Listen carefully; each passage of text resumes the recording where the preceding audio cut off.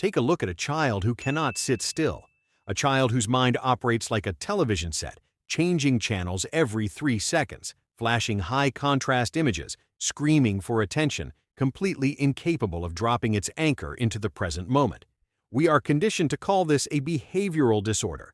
We call it ADHD. We blame modern technology, bad parenting, or artificial food dyes. But in thousands of cases, the blueprint for this chaotic mind was drawn years before the child was even conceived. It was drawn in the dark, at the bottom of a bottle. Science used to tell us that our genes are unchangeable stone tablets.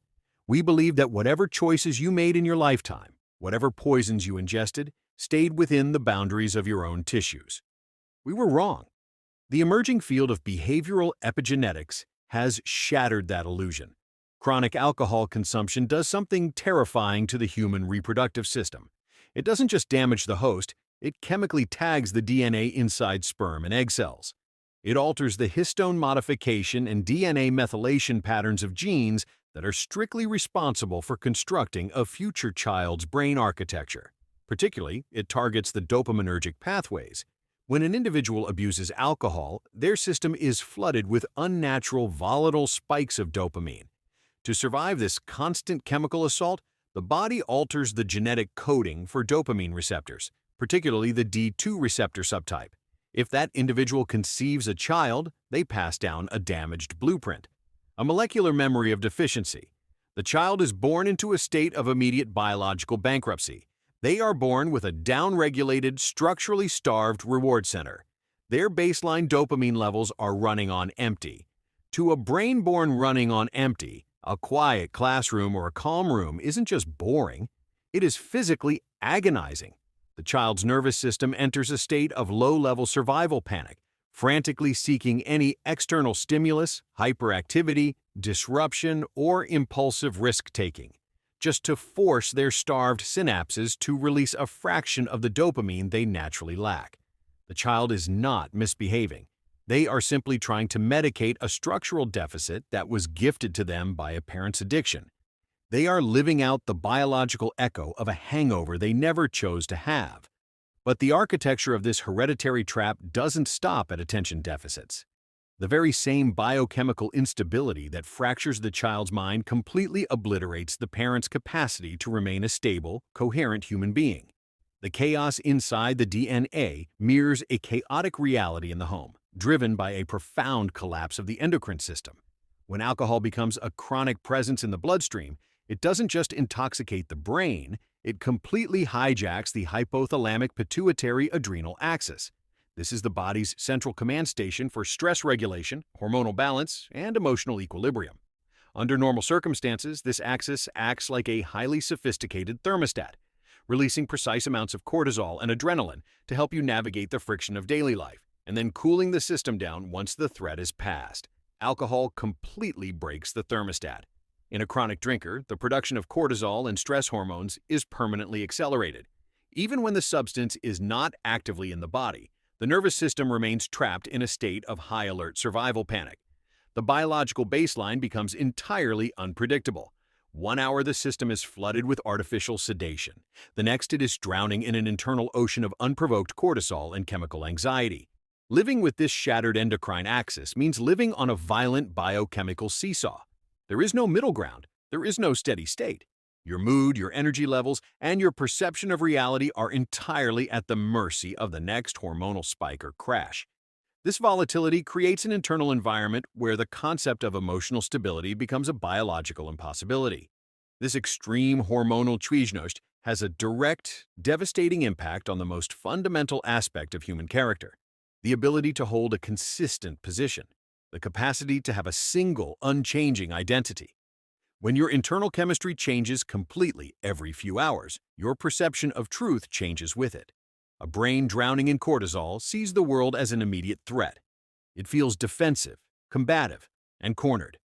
A few hours later, when the chemistry shifts, that same brain might feel entirely passive or deeply remorseful, because the neurochemicals responsible for logic and long-term memory are constantly fluctuating. The person literally loses the biological infrastructure required to maintain a stable, uniform stance on anything. What they promised you in the morning with absolute conviction feels like an entirely different reality by the evening. They are not necessarily lying to you in the moment. The tragedy is far worse. They are trapped in a fluid state of consciousness where their values, their boundaries, and their opinions are entirely dictated by the current chemical composition of their blood. They cannot give you a straight answer because they do not possess a stable brain to process the question. Their identity has dissolved into a series of disconnected reactionary fragments. To the outside world, and especially to a developing child, this fluid identity manifests as a terrifying form of psychological betrayal. You are forced to live with a shapeshifter. One moment the parent is affectionate and permissive, making grand promises about the future. The next moment, as the hormonal crash sets in, those same promises are treated as a burden, or worse, completely denied. The brain of the addict cannot handle the cognitive dissonance of its own inconsistency. To protect itself from the horrifying realization that it is losing its mind, it weaponizes denial and rewriting of history. They will look you in the eye and confidently state they never said what they said. They will accuse you of misremembering, of manipulating them, or of exaggerating. This is the ultimate destruction of the domestic foundation. The child is forced to survive on a shifting tectonic plate where the rules of reality change without warning.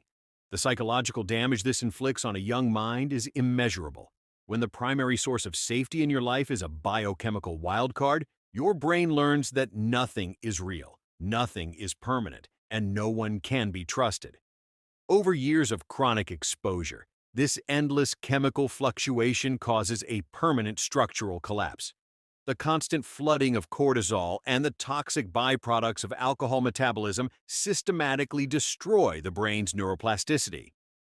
The prefrontal cortex, the seat of judgment, impulse control, and long-term planning, begins to physically atrophy. The individual loses the capacity to think beyond the immediate horizon of their current emotional state. They become entirely reactive, driven exclusively by the primitive amygdala. The ability to self-reflect, to apologize sincerely, or to change direction is burned away. They are locked in a self-perpetuating loop of hormonal panic and substance-fueled oblivion, a closed system that continues to erode their humanity day by day. Breaking this blueprint requires a brutal confrontation with reality. You have to understand that you cannot fix a structurally shattered endocrine system with good intentions or emotional pleas. You cannot argue with a ruined hormonal axis. Recovery from this specific architecture of destruction cannot begin with psychological talk therapy alone. It must begin with total, uncompromising biological stabilization. The biochemical seesaw must be brought to a violent, definitive halt. It requires starving the system of the poison, enduring the gray, cold, agonizing reality of a resetting baseline, and allowing the brain's receptors to slowly, painfully rebuild their natural sensitivity. You must have the courage to step off the seesaw entirely. You must face the wreckage of the foundation, accept the genetic marks that were left behind, and begin the slow work of building a new, stable, and unyielding identity from the ground up. Your mind does not have to be a casualty of inherited chaos. Turn off the automation. Subscribe to Architecture of Emotions, and let's rebuild the foundation together.